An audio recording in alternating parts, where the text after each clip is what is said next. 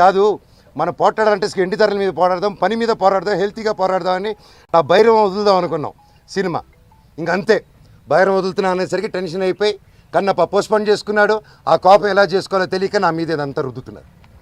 ఇమీడియట్గా diversion.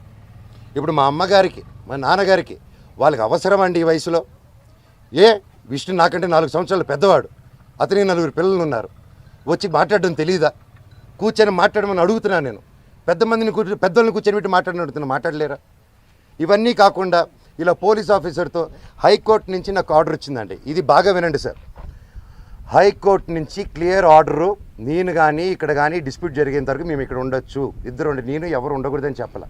Collectorate దగ్గరికి వెళ్ళారు. నేను వచ్చి ఉండొచ్చు, నేను ఏం చేయట్లేదు, ఇదిగోండి అనేసి నా ఫైలు అప్పచెప్పాను నేను వాళ్ళకి. నేను వీళ్ళకి సినిమాలు పనిచేసినప్పుడు, నేను క్యాంపస్కి పనిచేసినప్పుడు ₹1 ట్రాన్సాక్షన్ వాళ్ళ దగ్గర నాకు వచ్చిందని చెప్పానండి. ఈ రోజు వరకు ఈ మనోజు ₹1 తీసుకోలేదు నా కుటుంబం నుంచి. ₹1 తీసుకోలేదు ఏ సినిమాకి. నేను బయట ప్రొడక్షన్ హిట్ కొట్టి బయట ప్రొడక్షన్లో చేసుకొని ఒకటి హిట్ కొడితే చాలు తీసుకొచ్చి ఇక్కడ లాక్ చేసేస్తాడు. విష్ణు కంపెనీలో 25 ఫిల్మ్స్లో నువ్వు చేయాలి.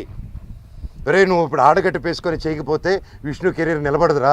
నువ్వు ఆడగంటే నాకు కంఫర్టబుల్ లేదు, ఇప్పుడు I'm not ready for a lady getup అన్నప్పుడు అంటే సెంటిమెంట్గా కూర్చొని పెట్టి, లేదు విష్ణు కెరీర్ నీ చేతిలో ఉంది, వాడిని నిలబెడదాం హీరోగా, నువ్వు ఒక పర్ఫార్మెన్స్ నువ్వు కామెడీ చేస్తావు అంతా నువ్వు చేయి అంటే అన్న కోసం అమ్మాయి గెటప్ కూడా వేసుకొని యాక్ట్ చేశానండి.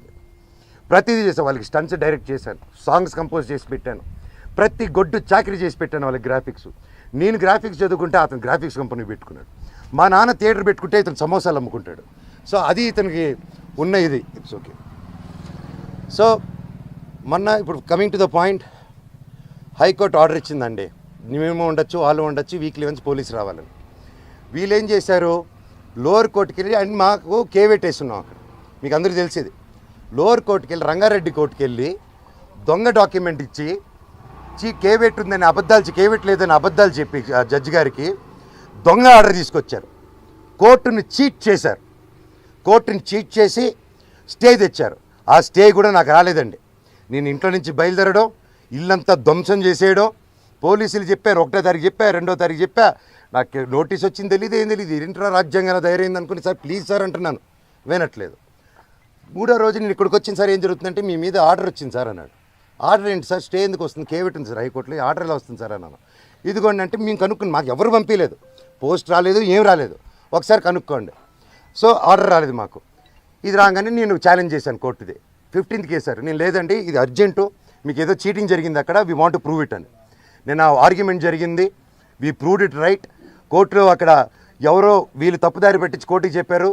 జడ్జి గారు చెప్పి మమ్మల్ని కోర్టుని చీట్ చేస్తారని తిట్టి అవతల వాళ్ళని కూడా ఈయన మీద వేసిన ఆర్డర్ నేను వెకేట్ చేస్తున్నానని తీసేశారు. సో ఒరిజినల్ హైకోర్టు ఆర్డర్లో ఉంది.